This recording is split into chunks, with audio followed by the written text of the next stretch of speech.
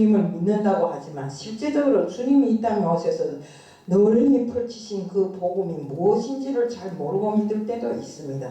주님이 이 시간을 통해서 진실로 복음이란 무엇인가를 온전히 깨닫게 하여 주시옵소서. 이 시간도 주님 앞에 맡기오며 예수 그리스도의 이름 받들어 감사하며 기도드리옵나이다. 아멘. 복음이란 게 뭐예요? 복음. 기쁜 소식이라고 합니다. 그래서 우리 헬라어로는 유앙겔리온이라고 합니다. 유앙겔리온. 유자는 뭐냐면 기쁜. 앙겔리온은 소식. 그래서 우리가 복음을 놓고 말하면 기쁜 소식이라고 하잖아요. 나셨다 주님 나셨다. 우리에게 기쁜 소식 안고 오셨네. 이런 그 찬양도 있더라고요. 누가 지었는지는 모르겠는데 내가 그걸 좀 배우려고 책을 다 뒤져봐도 그 찬양이 없어요. 그러니까 누가 지은 가사를 개사한 것 같더라고요. 그래서 우리가 정말로 이 좋은 소식, 기쁜 소식을 놓고 복음이라고 하는데, 즉 예수 그리스도를 통해서 하나님께서 우리를 구원하셨다는 이런 기쁜 소식을 놓고 말하는 것입니다. 약간 더 구체적으로 말한다면 예수 그리스도의 십자가 사건을 통해서 하나님께서 우리들의 죄의 문제를 다 해결해 주시고 또 영원한 생명을 우리들에게 주심으로 해서 정말 인간으로서는 그보다 더 기쁜 소식이 어디 있어요? 응? 죽어서 홀랑 없어진다는 건 기쁜 소식이 아니고 슬픈 소식이잖아요. 그렇지만 죽어도 영원히 죽지 아니하는 영원한 생명을 가진다고, 그보다 더 좋은 소식이 어디 있어요? 바로 그런 소식이 바로 복음이라 이 소리입니다. 조금 더 깊이 말한다면 예수 그리스도께서 십자가에서 우리를 위해서, 우리를 대신해서, 우리가 죄인으로서 죽어 마땅한 사람들이잖아요. 하지만 우리를 죽이지 아니하시고 바로 우리 죄를 위해서 예수님께서 십자가에서 대신 죽어주셨잖아요. 응? 그것을 믿는다면 그 믿음이 우리를 예수 그리스도와 함께 정말 밀접하게 연합할 수 있게끔 할 수 있고, 우리가 예수와 함께 십자가에서 죽고 부활하심으로 해서 영원한 생명을 가질 수 있게 하는 것입니다. 바로 이런 정말 좋은 기쁜 소식을 우리가 선물로 받은 사람들입니다. 여기 앉은 모든 분들은, 모르는 분들은 이게 무슨 소리인지도 몰라요. 응? 어찌 보면 이런 복음에 대한 이해는 다분히 비율적인 이해입니다. 목자는 바울이 성경을 쓴 사람들은 이 바울이 복음에 대한 이해를 놓고 좀 의견을 부립니다. 왜? 바울은 십자가에서 죽으시고 예수님께서 십자가에서 죽으시고 부활하신 것을 복음이라 했잖아요. 근데 그들은 그것이 아니라, 그것이 아니라 이 복음서를 중심으로 해서 하나님께서 예수 그리스도를 통해서 자신이 통치권을 행사하기 위해서 곧 인간 세계의 모든 영역을 하나님의 나라로 확장시킨 것이 바로 복음이다. 이렇게 말합니다. 근데 그 복음의 핵심이 결국에 가서는 우리 이것이 바로 하나님 나라 복음이라고는 하지만 복음서에 나오는 하나님 나라의 그 복음도 역시 바울이 십자가의 복음하고 다를 바가 없어요. 왜? 예수를 통해서 하나님 나라를 확장하고 하나님이 모든 뜻을 실현한다고 했잖아요. 그것처럼 바로 예수를 통해서 십자가에 달리시고 이 세상 모든 인류의 죄를 예수님께서 대신 지시고 가셨잖아요. 영원히 가신 것이 아니라 다시 사시고 그로 인해서 사람들을 통해서 정말 나의 영원한 생명을 가질 수 있게끔 믿게끔 만들었잖아요. 이것 역시도 하나님 나라 복음서나 바울이 복음서나 똑같은 인맥입니다. 그래서 우리는 바울이 복음서가 다르고 하나님 나라 복음서가 다르다 이렇게 말하는 사람들이 때로는 있어요. 그렇지만 그것은 똑같은 문맥이기 때문에 같이 생각하면 됩니다. 우리 예수께서 선포하신 하나님 나라 복음이 십자가의 죽음과 부활을 통해서 구체적으로 출발했다고 이해하는 것이 바로 그 바울이 복음서이지만, 간단히 말해서 우리가 사복음서를 통해서 복음이 무엇인지를 다시 한번 생각하게 합니다. 사복음서라는 게 뭡니까? 마태복음, 누가복음, 마가복음, 요한복음 이것이 사복음서잖아요. 이 안에 들어가 보면 예수께서 이 땅에 오셔서 출생한 것으로부터 시작해서 십자가에 달리시고 죽으신 그 모든 것에 대해서 이 사복음서에 다 나오잖아요. 이것이 바로 복음이라는 것이에요. 사실 그 복음이라는 게 옛날에 로마에서는 복음이라는 게 그 큰 황제가 나라를 다스릴 큰 황제가 출생했을 때 바로 그 황제가 이루어 나가는 모든 것을 복음이라고 했다고 해요. 왜? 정치적인 이 말이 쉽게 말하면 정치적인 용어입니다. 그렇지만 우리도 가만히 놓고 보면 우리의 참 구세주이시고 우리의 왕이신 예수께서 출생하신 것이 복음서가 아닌가요? 똑같잖아요. 뭐 세상 황제가 출생했을 때 복음이라고 한다면 우리에게는 예수님께서 우리를 위해서 이 땅에 오시고 출생하셨잖아요. 우리의 참 구세주이고 왕으로 출생하셨잖아요. 그것이 바로 복음서라는 것입니다. 그런 면에서 신약 성경 복음서는 로마 황제가 아닌 참 구세주로서 예수 그리스도께서 오심을 복음이라고 선포했습니다. 그렇다면 이 복음을 사복음서는 어떻게 풀어내고 있을까요? 마태복음 경우에는 복음을 하나님의 임재와 동행 관점에서 풀어냅니다. 마태복음 1장에서는 예수의 출생을 임마누엘 사건, 즉 하나님이 그 백성 가운데서 오셔서 함께 하시는 사건이라고 이렇게 풀었습니다. 또 동시에 마태복음 28장에서는 예수님께서 하늘로 떠나면서도 내가 세상 끝날까지 너희와 함께 하겠다 이렇게 이야기를 했잖아요. 정말 이렇게 약속하셨기 때문에 내가 가지만 다시 온다. 그러니까 너희가 내가 여기 비운 시간에 여기 우리 말하면 엄마 아버지가 일하러 나간 시간에 너희들 집에서 말씀 부리지 말고 잘 있어라. 그리고 이렇게 저렇게 학교에서 배운 거 공부 잘해라. 이렇게 한 것처럼 똑같아요. 주님께서 떠나가시면서 뭐 이랬어요? 너희는 내가 없을 때 세상에 나가서 복음을 전하라고 했잖아요. 그 우리에게 주신 지상의 명령입니다. 복음을 전하라고 한 것은. 그 우리가 늘상 주님께서 내가 너희와 함께 하겠으니 세상 끝날까지 함께 하였으니 너희들은 세상에 대해서 두려워하지 말고 항상 나와 함께 함을 생각하고 있으라고 했습니다. 이렇게 마태복음은 하나님이 자기 백성과 영원히 함께 있겠다고 정말 이 복음으로 정의하고 그런 관점에서 복음의 특성을 구체적인 그 면에서 쭉 이렇게 그 사복음서에 다 전개해 나갔어요. 우리 정해진 사공간 내에서 인과관계를 이어지는 허한 실제 사실들을 통해서 우리가 문학이나 연극, 예술 이런 이야기를 조직하고 전개하기 위해서 다양한 전략, 전술, 관습, 코드, 형식들을 포괄하는 개념으로 우리가 쓰이는 면도 있지만 우리가 주요는 제가 아까도 이야기를 했지만 잘 믿지 않을 때 막 하나님 앞에 호소를 했어요. 제가 너무 힘들었어. 알잖아요. 여기 분들은 내가 얼마나 힘들었다는 거. 남한테 쏟고 뒤통수 맞고 막 너무 힘드니까 하나님 앞에 막 발광하고 이만큼 뭐라고 했어요. 그랬더니 네가 언제 한번 내인데 제대로 기도 한번 한 적이 있냐? 그리고 왜 교회는 안 다니냐 이러더라고요. 그런 말이 똑똑히 이렇게 내 말처럼 안 들리고 항아리에다 대고 막 울림으로 말하는 것처럼 들리는데 그 말이 내 마음에 이렇게 그런 뜻으로 전해지더라고요. 그래서 이제 그때부터 무서워서 사실은 무서웠어요. 무서워갖고 교회에 안 나가본 적이 없어요. 주일날 빼먹은 적 없고 수요예배, 금요예배 정말 죽지 않는 이상 나갔어요. 이렇게 하나님도 자기 생각이 차야 내게다 뭘 해주지. 생각이 차지 않고 나는 맨날 하나님을 뒷발질하고 다니는데 하나님이 나한테다 은혜 베풀고 축복 내려주겠는가 이러면 내 생각이고서 맨날 하나님 앞에 말 한마디만 하면 다 내려주는 줄 알았어요. 그렇지만 그게 아니더라고요.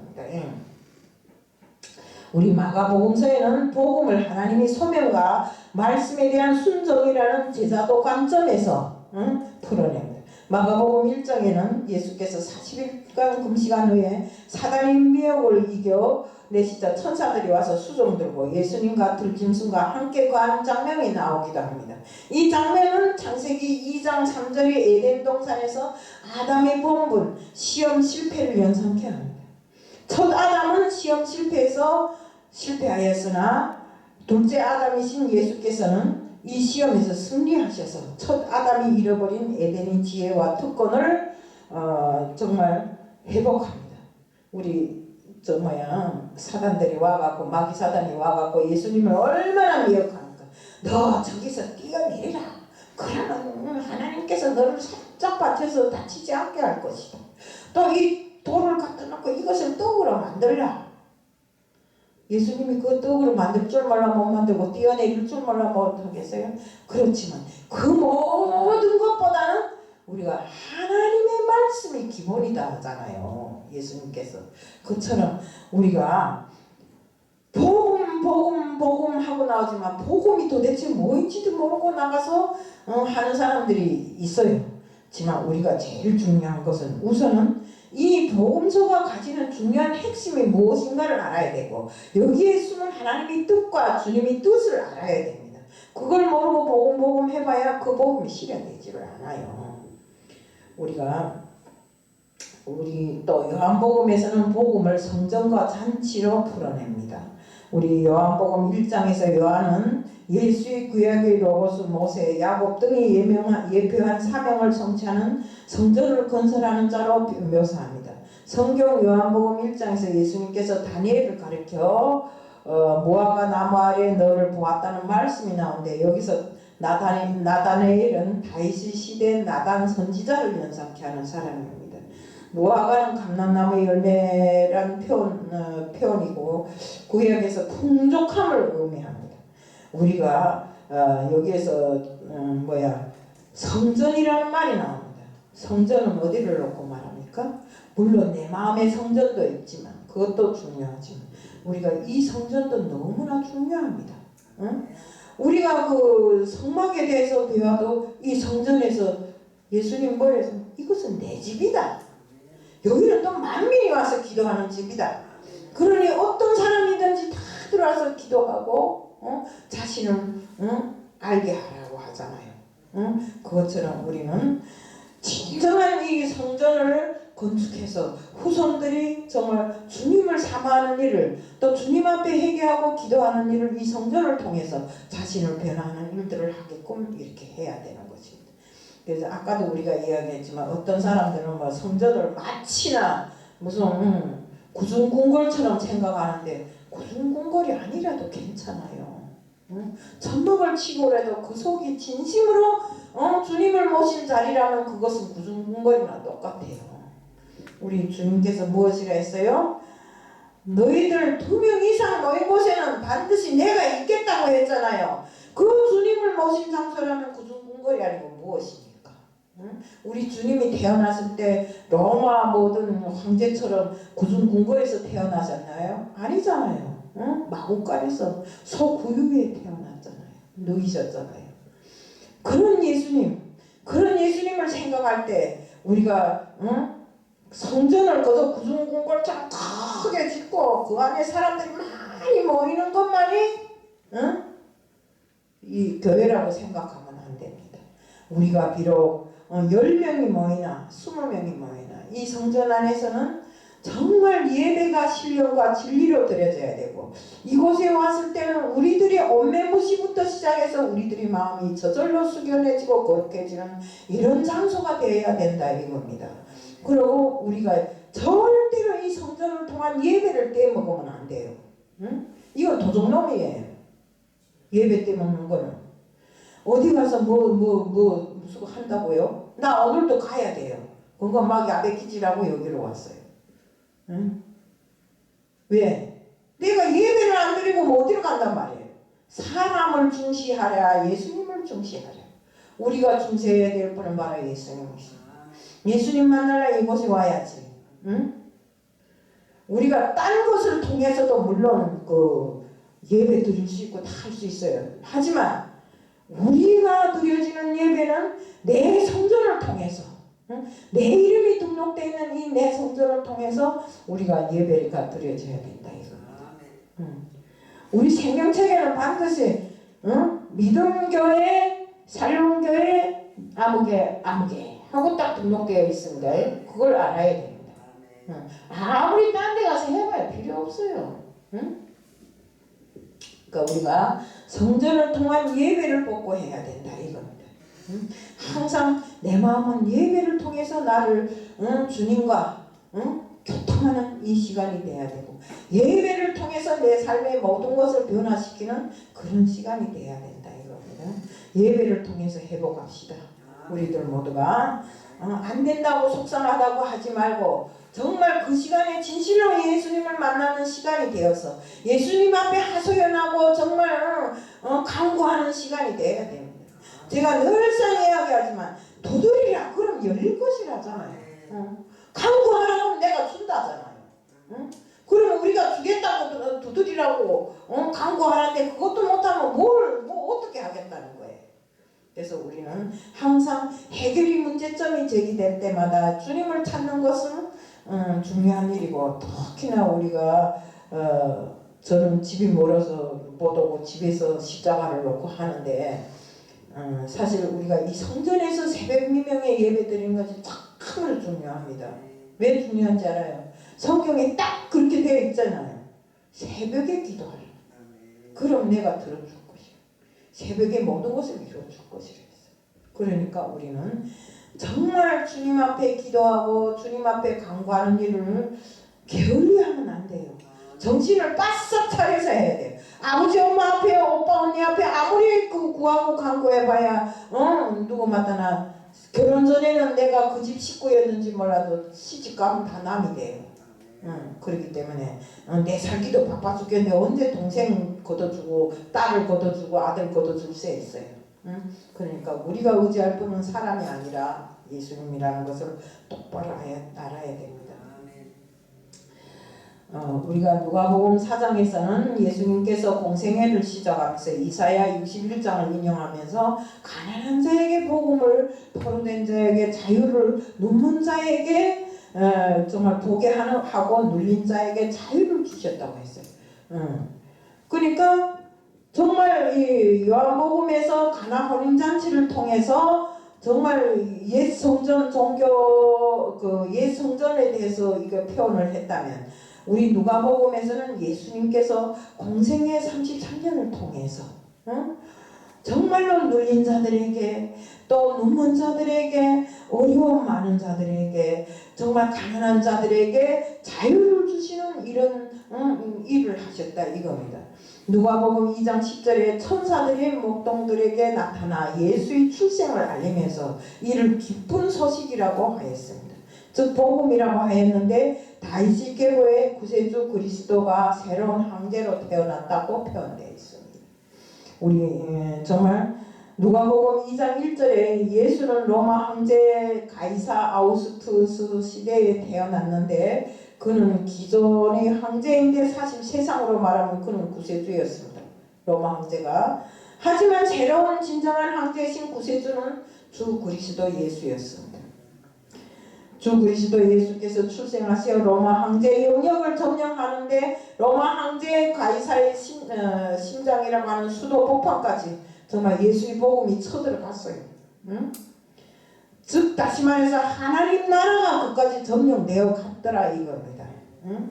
우리가 팔레스타인에서 시작하여 하나님 나라 복음이 바울을 통해서 로마 제국 심장까지 전파되어 갔어요. 사실 로마 황제는 강압과 수탈과 살상으로 자신이 황제됨을 알렸는데 이 황제에 의해 포로되거나 죽거나 불구가 되었거나 가족을 잃어버린 인간 이하의 삶을 살았지만 예수님은 오히려 사람들을 모든 억압에서 풀어주시고 눌림과 상함에서 정말 그들을 자유케 하고 온전케 하신 것인데 인간이 무력이나 수단을 사용하지 않고 오로지 그들에게 성령을 부어주심으로써 이 모든 문제를 해결해 주셨다 이겁니다. 예수님께서 선포하신 복음은 가난하고 아프고 소외되고 눌린 자들을 치유하는 데 해방적인 복음이었습니다. 우리도 그렇잖아요. 여기 잘 살아서 돈을 산더미처럼 쌓아놓고 있는 사람, 재산을 산더미처럼 쌓아놓고 사는 사람이 없어요.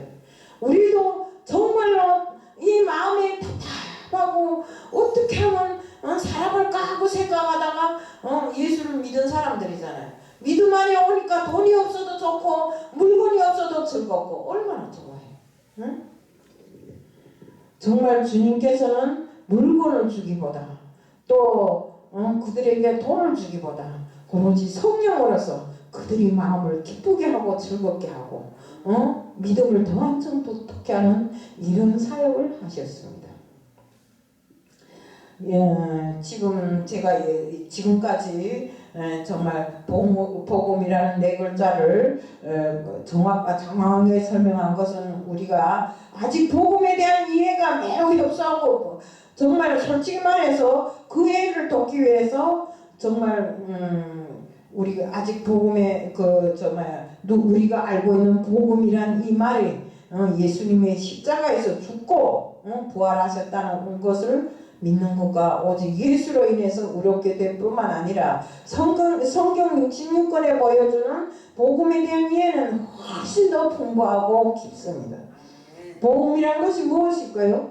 한마디로 말해서 하나님이 통치 안에서 온전하고 풍성한 삶을 사는 것이라고 할 수 있는데 개인이나 가정이나 교회와 사회, 국가 관계와 생태계 전체가 하나님 통치 아래서 올바른 관계 속에 그 아래 정의, 평화, 화해, 기쁨, 감사와 소망이 넘치는 삶을 사는 것을 지향하는 것이 바로 복음이라고 말할 수 있습니다. 결국 이 모든 것을 위해서 우리를 죄에서 구해 주시려고 예수께서 십자가에 달리시고 죽으신 그것을 통틀어서 복음이라고 하신 것입니다. 즉 복음이라는 것은 말 그대로 복된 소식이고 기쁜 소식을 말합니다. 누가복음 2장 10절에 보면 천사가 이르되 무서워 말라 보라 내가 온 백성에게 미칠 기쁨이 좋은 소식을 너희에게 전하노라 한 말씀을 보면 복음은 분명히 예수 그리스도에 대한 소식임을 알 수 있습니다. 고린도전서 15장 3절 4절에 보면 내가 받은 것을 먼저 너희에게 전하노니 성경대로 그리스도께서 우리 죄를 위하여 죽으시고 장사 지낸 바 되었다가 성경대로 사흘 만에 다시 살아나사. 바울은 복음은 그리스도의 죽으심과 부활이라고 했는데 그것이 왜 죽었는데 왜 기쁜가? 죽었는데 왜 기쁜가? 로마서 6장 23절에 보면 죄의 삭은 사망이요 라는 말씀에 따라 아담 안에서 죄인된 인생들이 다 사망 안에 있는데 하나님의 아들이신 예수님이 우리를 대신해서 죄를 짊어지시고 죽으시고 부활하심으로 인해서 누구든지 예수를 믿으면 영원한 생명을 가질 수 있잖아요. 이것이 바로 기쁜 소식인 것입니다. 응? 어떤 사람들은 예수가 죽었는데 너네 기뻐하면 되겠냐? 이런 사람들이 있어요. 아주 믿는 사람들을 핍박하고 막 욕하고 이런 사람들 저기 나가서 전도할 때 보세요. 얼마나 우스운 사람이었는지 막 전도지를 패들여서 우리 보는 앞에서 막 발로 막 이렇게 비비고 이런 사람이 다 있어요. 응? 싸대기 안 맞아대는 게 다행이더라고요. 생각 같아서 목을 탁 걸려서 190도 돌려놓고 싶은데 응? 네가 예수를 아냐 하고 응? 정신 차리라고. 근데 그렇게는 못하잖아요. 정말 목구멍까지 화가 치지만 그 화를 참으신 예수님을 생각할 때 나도 참아야 되겠다 이러고 참았어요. 응? 옛날에 뭐 하잖아요. 빵을 넣어놔주니까 그 속에다가 전도지를 넣어서 빵을 넣어놔주니까 전도지를 탁탁 씹어서 입안에다 탁탁 이렇게 씹어갖고 탁 뿌려버리고 빵을 딱 이렇게 사등분하게 팔을 탁 해서 막 이렇게 밟아버리더라고요. 이런 것을 봤을 때 정말 나를 핍박하지만 결국 예수를 핍박하는 거잖아요. 응? 우리는 정말 우리 죄를 위해서 십자가에서 죽으시고 정말 다시 사신 예수를 정말 믿으면 영원한 영생을 얻는 것이요 믿지 않으면 우리는 더 지옥에서 나 살려달라 할 것입니다. 우리 부자와 나사로에 대해서 배웠잖아요. 부자는 맨날 새똥옷 입고 잘 먹고 춤추고 다녔지만 나사로는 거기서 떨어지는 부스레기를 얻어먹고 그 대문 앞에 살아서도 믿음을 지키고 살았기 때문에 아브라함의 품에 안긴 것이요 세상을 잘못 산 부자는 지옥에 가서 제발 물 한 방울만 손가락에다 떨고서 내 혀 끝을 서늘하게 해달라 하잖아요. 그것이 왜 그랬어요? 이 땅에 오셔서 세상 질고를 다 지신 예수님을 제대로 믿지 않았기 때문에 그런 거 아닙니까? 우리는 이 복음이라는 이 글자를 놓고 생각할 때 글자는 짧지만 그 안에 내포되는 내용은 너무나 심각하고 너무나 풍부한 것입니다. 우리 정말 우리 예수님께서 복음은 하나님의 은혜로 말미암아 자기가 죄인이라는 것을 깨달은 사람한테만 주는 것이에요. 나는 죄인이 아닌데 항상 잘난 사람들이 많아요. 내가 예수도 잘 믿고 똑똑하기도 하고 뭣도 잘하는데 하고 예수는 뒷전에 항상 자기가 먼저예요. 이런 사람들한테는 복음이 안 들어가요.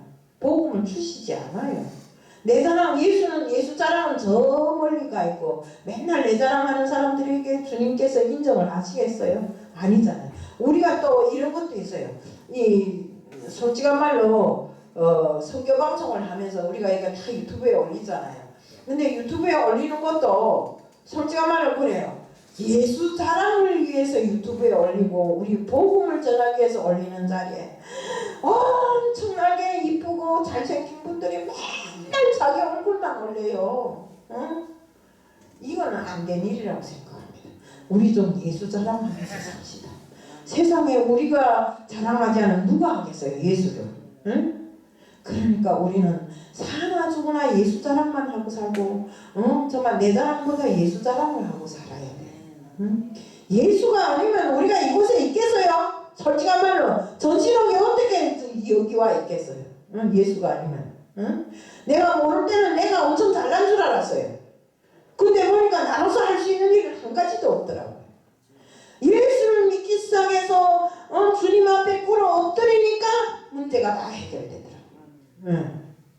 얼마나 기쁘고 즐거운 일이에요. 그래서 복음은 기쁜 소식이다. 이렇게 말하는 것입니다. 그리고 우리가 오늘 정말 길지는 않고 깊지는 않더라도 정말 우리가 복음은 기쁜 소식이고 이 세상의 모든 부와 모든 것을 주시려고 하는 하나님의 그 뜻을 위해서 주님께서 이 땅에 오셔서 십자가에 달리시고 죽으시고 부활하신 그 뜻임을 우리가 딱 명심하면 됩니다.